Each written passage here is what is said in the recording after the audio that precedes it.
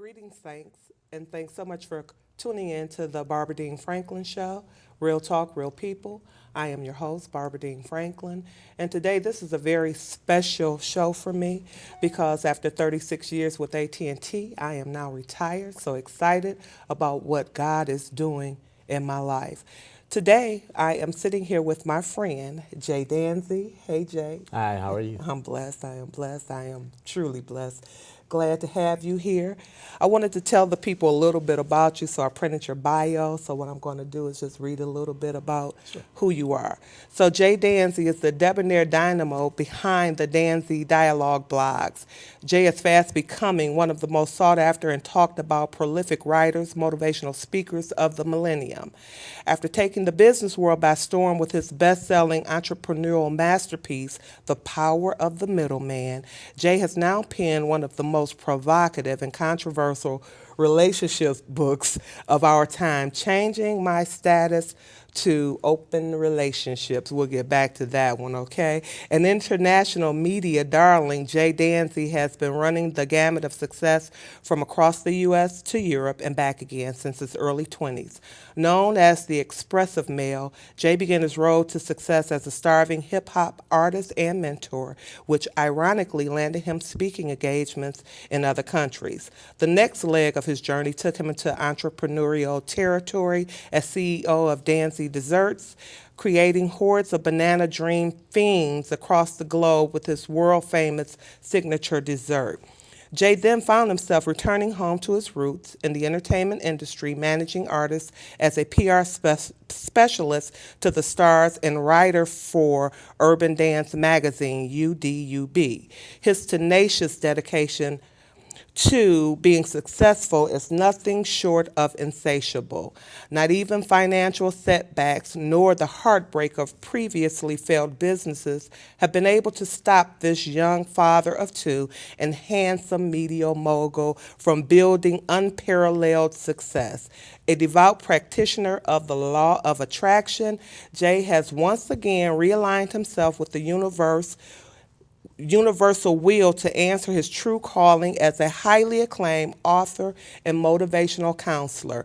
As a person of affluence, he believes in making a difference in his community and is starting his first grassroots nonprofit organization known as LYNN, L-Y-N-N, Love Your Neighbor Network. Jay Danzi not only gives us prolific books and powerful speeches, he lives a prolific and powerful life, then gives us the courage to do the same. This is greatness in progress. So welcome to the show. Who is that guy?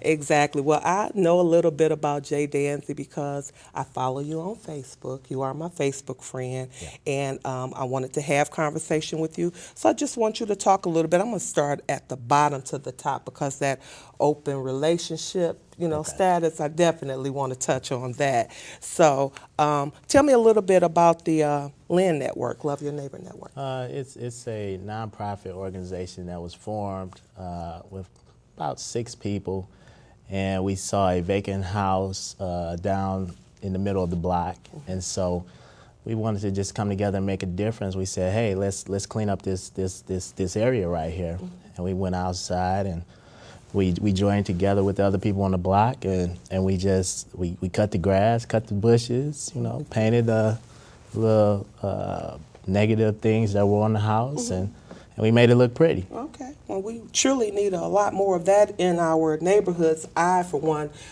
did a newsletter called the Hood Press. And for my neighborhood, printed like 200 newsletters and say, hey, if not now, when? Because nobody's coming to save us. So we have to make a difference in our community.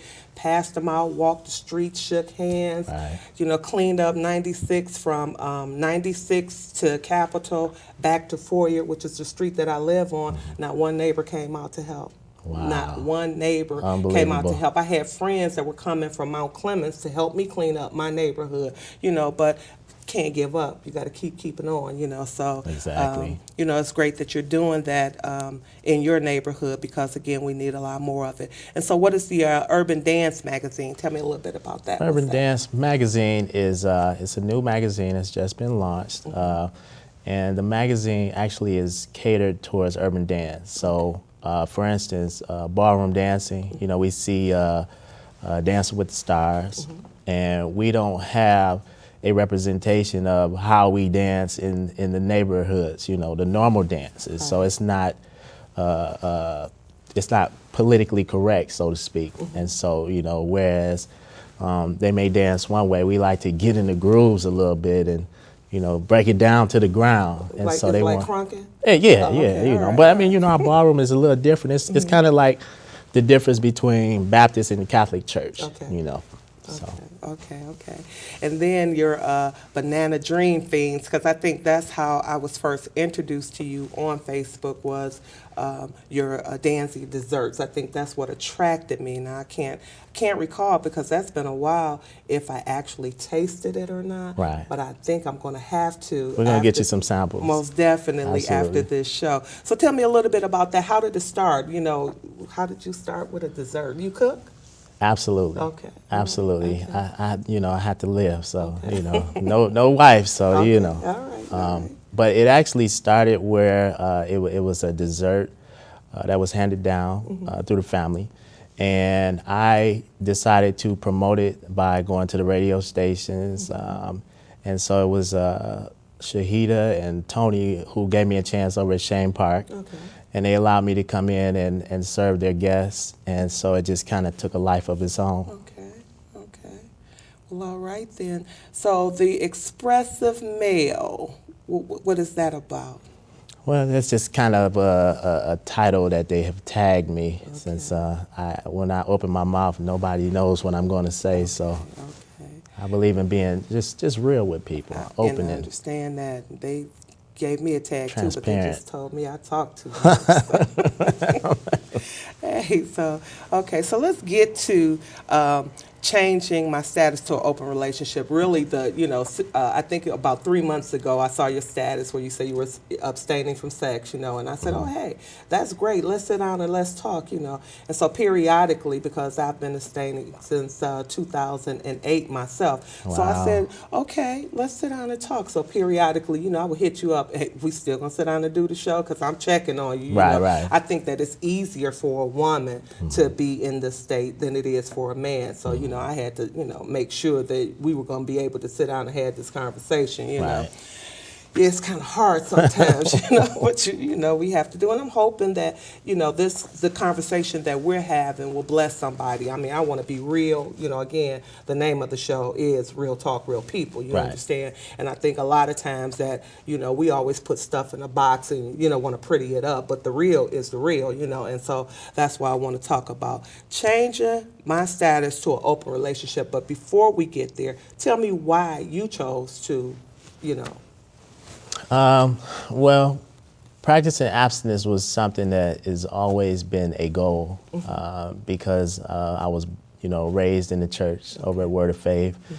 And so, the bishop would preach about being abstinent and, being in the eyes of the people as a rap artist, a gospel rap artist back then. My journey began then. And so I pursued the abstinence thing, and sometimes I fell short, and sometimes I would go for months at a time. The longest I think I had ever went was like a year. Okay. So I'm fastly approaching that goal now, and hopefully I won't have to go too much longer. So now, is your goal as you step back from sex, is your goal to find a wife, or is your goal, are you looking for something and then it'll be okay for you to go back and do it? So, I mean, what do you really? It's twofold. One, it is abstaining for a wife for the purpose of being married. And the other thing is I found that it's kind of hard to be focused on projects. And so my book was just finished. It'll be released next month. And so I didn't want any distractions, in order to achieve that goal. And other people like Mike Tyson, I used to watch his story, and when he was knocking people out, he wasn't having sex at that time. So I believe that there's something that an inner strength, so to speak, that you tap into that allows you to get over these hurdles. I definitely would have to agree with that because, again, I say that, I've been abstaining since 2008, and I'm finding an inner peace and a power within myself. Exactly. I found out how much I truly love being me, no distractions, Right. as you say, and what I found is, and you have to know my story, and I think I've shared a little bit with you, being sexually abused as a kid coming up. I kind of equated sex with love, and figure if I have sex with you, then you know that I love you. I didn't always tell a guy what it was that I truly wanted. I thought that he would read my mind. So I'm getting real clear about who I am, whose I am, and I know that whatever it is that I want today, but I'm an OG today. I'm not the young girl that I used to be, back in the day. So I'm confident and I'm clear, crystal about what it is that I want today. So what I find as a woman is that, see, when we just got to be real, okay? But when we lay with a guy, you guys are making deposits into us, okay? Right. But we can't get withdrawals whenever we want to, emotionally, financially. Sometimes it's just not there, So it was like, okay, why do you keep doing this to yourself? So what you feel about yourself is kind of what you attract back. So today I'm loving me.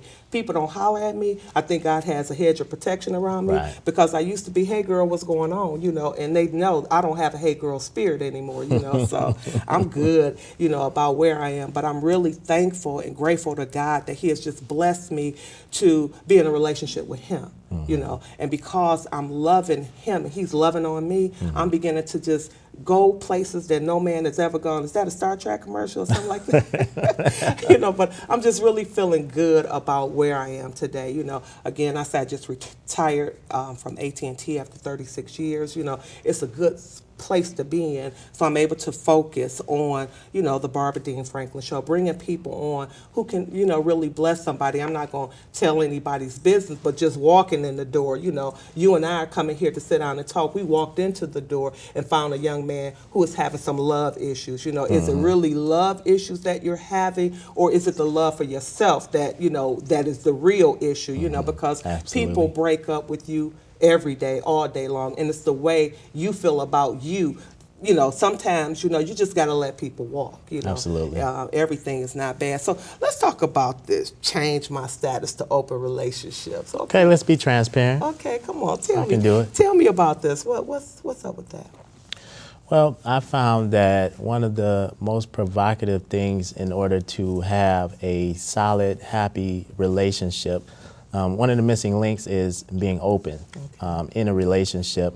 And a lot of people focus mainly on the physical attributes of being open, or the negative contents of saying, well, I don't agree with, being able to sleep with a whole bunch of different people. And, I say that that's just certain people's preference. I'm speaking more so towards the mental side of it. People don't want to talk about emotional adultery that's committed every day, So there's different attributes, and being open is something that allows us to be truly happy. And I think that, I shed a light on some of those strategies. Okay, and so the book is finished but not published and printed yet? Absolutely. Okay, so It's in the final edit stage, and it'll be ready to be viewed next week. Next month. Okay. Well, I will be sending my check because I definitely want to read this Absolutely. book. Changing my status to an open relationship. I'm not open for that. Okay. But that's just me. I And understand. again, like I said, I've been through the fire. You understand? I've been. I'm not a young girl anymore. So, and I'm trying to help some of my young sisters who just really think that they always have to have a man to make them happy. Now. Being in an open relationship, and it doesn't always have to be it could be an emotional thing, where you have different people that you're talking to on an emotional level. But as far as when I saw this, I Googled, and when I started reading, and it was Jane and Harry were together, and then they had Susie and Brian, and then sometimes Susie, Brian, Jane, and Harry, they all got together, you know, Right, and went right. out to dinner. It didn't say anything about them, you know, commingling, and I didn't read that far in it, but it was just like mind blowing to me because I know who I am, you know, that at this point in the stage in my life, and I've worked very hard on being me, the man that I have in my life, the only person he's going to be open to is me. The only thing I want to share is my lunch, you know, and I'm real, you know, I just lost 15 pounds on Weight Watchers. I'm really, you know, I'm really not. Congratulations. Thank you very much. You know, I'm open to sharing my lunch now, you know, because I'm trying to lose weight, but I'm not open to sharing the man in my life emotionally or physically with anybody. So, you know, but I know to each his own. I don't. Let me ask you a question. Sure. See, with the book, when you meet somebody as a single person, there's a gap between singleness and being married. Okay. So in between that gap is the openness that I'm speaking of. Okay. So you have to allow a person to 100% be who they are in order to understand who they are. That's true. And for them to understand who you are as a person. And sometimes when you meet people, they're already seeing somebody or they're already dating somebody. So you can't come in and shut them down. And, you know, people say, okay, I can't answer my cell phone. I don't want to be disrespectful. No, answer your cell phone in Most front of me. definitely. You know, Most let me do the same, Right, you know. Right. And see, well, now, okay, so if we could talk about open in that aspect, you know, allow me the opportunity to make a decision if I really want to be in this relationship, knowing Absolutely. that you're seeing somebody, or if I don't, you know, I'm good with that. And then, like you said, if I meet somebody, I meet you, you come in with your habits, your issues, your isms, Exactly. and your schisms, you know. And so I decide, do I really want to be with this person? Absolutely. And so then we work together to try to build and come to an understanding that, okay, this is you and I could deal with that part Absolutely. of being in an open relationship, but you know, I got that stinking thinking still in my head. You know, I'm still, you know, I try to tell people this is a gospel network, and I truly, truly love the Lord, but I'm still Barbara, you know, and I'm Absolutely. still human, so I still have, you know, my thoughts that, you know, things that I think about, and I'm not sinless, you know, but I do sin a lot less than I used to, you know, so when I'm thinking about that, it was like, you know, it was that different kind of open relationship that I was thinking about. And some open relationships, you have one person that wants to see other people, and the other person is, you know, a monogamous type of person. I mean, when I say I'm open to being open, I mean the woman that I may end up dating, she may be seeing somebody, she may be having sex, you know. So I had to be able to accept that part of her while we commingle, while we cohabit, and I want to be able to coexist totally with her. So, I mean, a lot of people, we don't have damage control if we come into a situation that causes the divorce. Okay. So, like, if someone steps out, then the first thing that we want to do is divorce them, you know. But, you know, can you really embrace somebody? Can you really share and show love to that person by accepting, you know, their bad habits? Okay. You know, I mean, that's a question to be raised. Well, Jay, see now.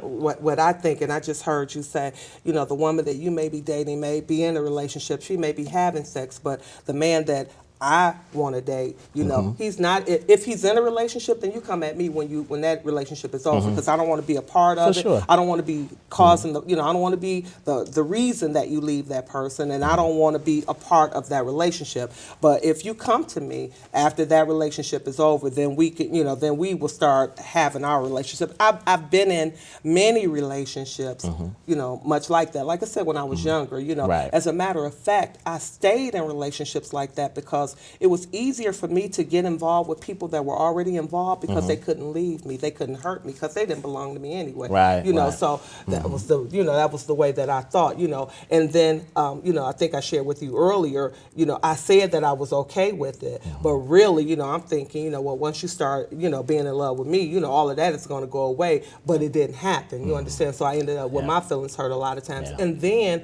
I didn't really share what I really felt, you know. I felt a certain way, and I expected you to know what it was that I was feeling, you know, without talking to you about it. And I think a lot of women are like that today, even still to this day. We don't communicate well with you. Now, we'll And talk. us men, we don't have a clue at what you ladies are saying. Well, you need to listen. And I'm getting really good at listening, now the Okay. older that I get. Right. Yeah, and we do. We don't communicate clearly. We can communicate with our girlfriends, but it's a shield that is put up when we try to communicate with with men. And again, I say, and that's because, we get the deposit and no withdrawals, because sometimes men are just not emotionally ready, and I'm not saying all men, but, a lot of men, they come with their line, you've been running through my head all day, I know you must be tired, and, that kind of thing. It's a game. We are a, something that you try to conquer, a notch on the belt or something, or something like that, when, usually, and I know that there are probably, women out there that, hey, we run game too, but the majority of the women that I know, they want somebody that is emotionally attached to them. We want somebody to make love to our mind before, they ever experience the love of us, being in a bedroom. And that's what I want the young girls to know. And I think that love comes from within. It comes, Absolutely. you have to feel it, know it, walk it, be it, trust it first about yourself before you will ever find a man that'll fulfill the things that you're looking for in your life. So I'm just hoping, I know I talk to a lot of, young women, and it's just really amazing to me. I just joined a organization, or sitting on the board of Just Speak Incorporated, and so many people have been affected by sexual abuse coming up, So unless you deal with that, then you take the sexual abuse as a kid, and then you're just a sexually abused adult. You really haven't dealt with, the real true issue. So we've got to get real. And I think another reason is that the church, in the church, see, we don't tell the truth. We want to, again, pretty it all up, but this is real talk, okay? This is real talk, so we need to get right. I have not been sexually active since 2008, but in my mind, if I think about all the stuff that I've been going through, I'm probably about 7 months pregnant. You understand? Right. Okay, because really, I can't. Something I have to say, Lord, bless my mind. Now I'm good because I'm in a place where I really don't like. Ooh, look at that guy. I don't. Are they not out there, or I just don't see them? God has just this, blinder on me. But I'm just every day so excited about the relationship that I'm having with God, how I'm growing in Him. And I did have a friend, and we were talking, and just,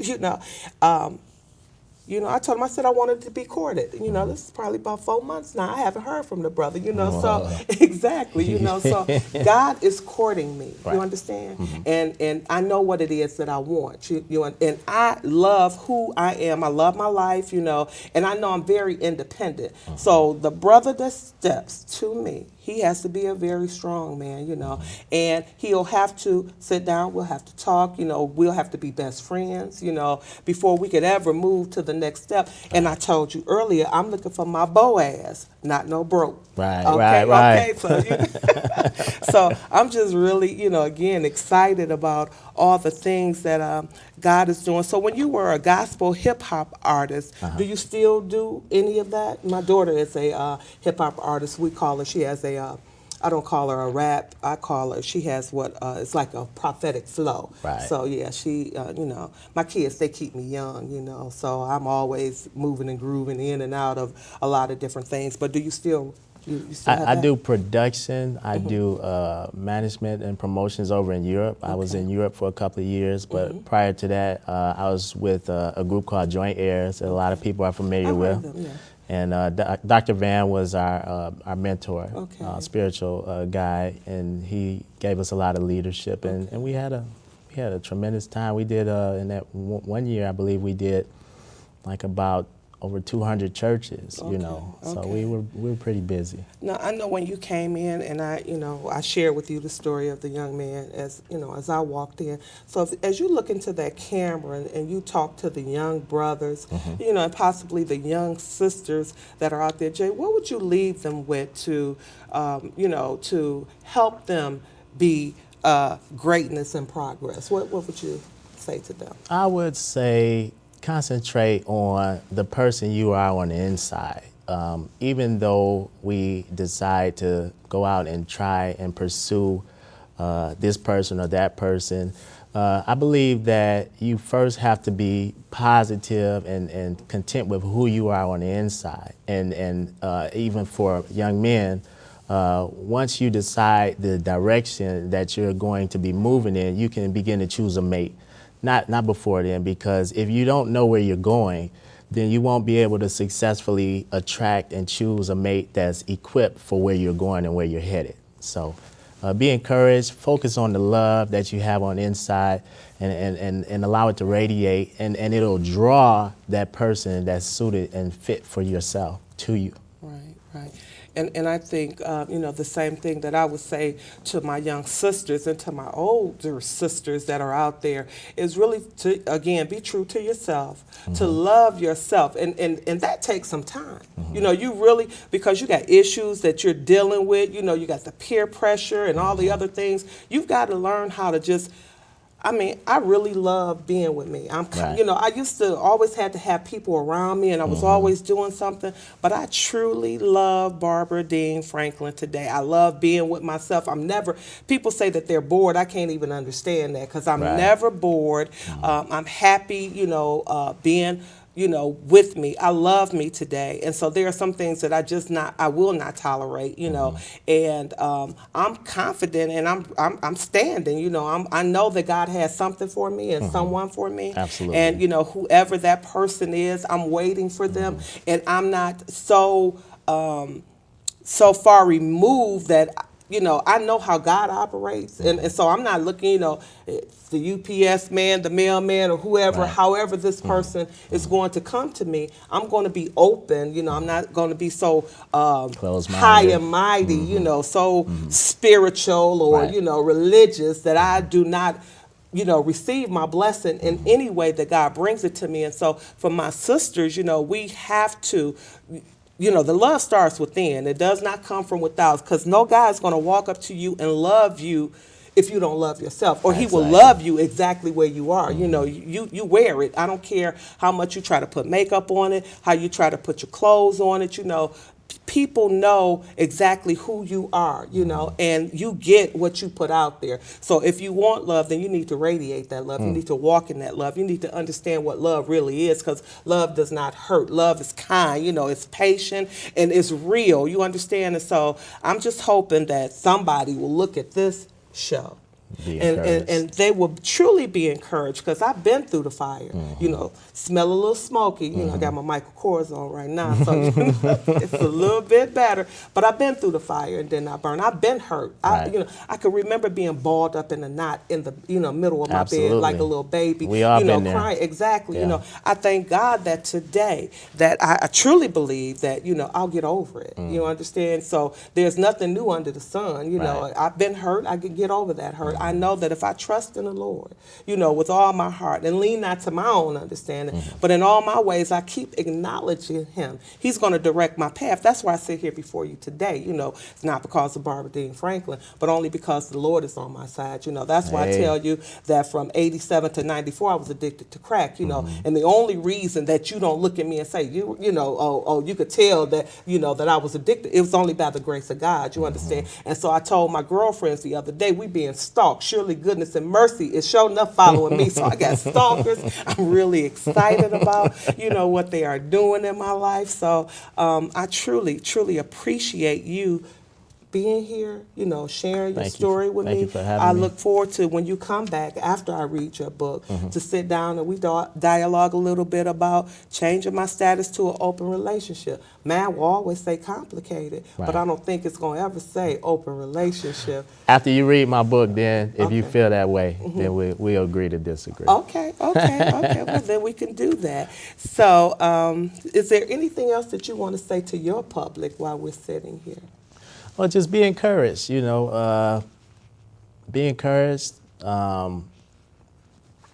Be encouraged. That's it. Encouraged. That's the word for me for the day. Okay. Be encouraged. Be encouraged. Well, today I'm going to end my show like I always end it, and that's just saying to you, my fans, the people that are watching the Barbara Dean Franklin show, from my beating heart to your beating heart, I love you. You understand? Okay.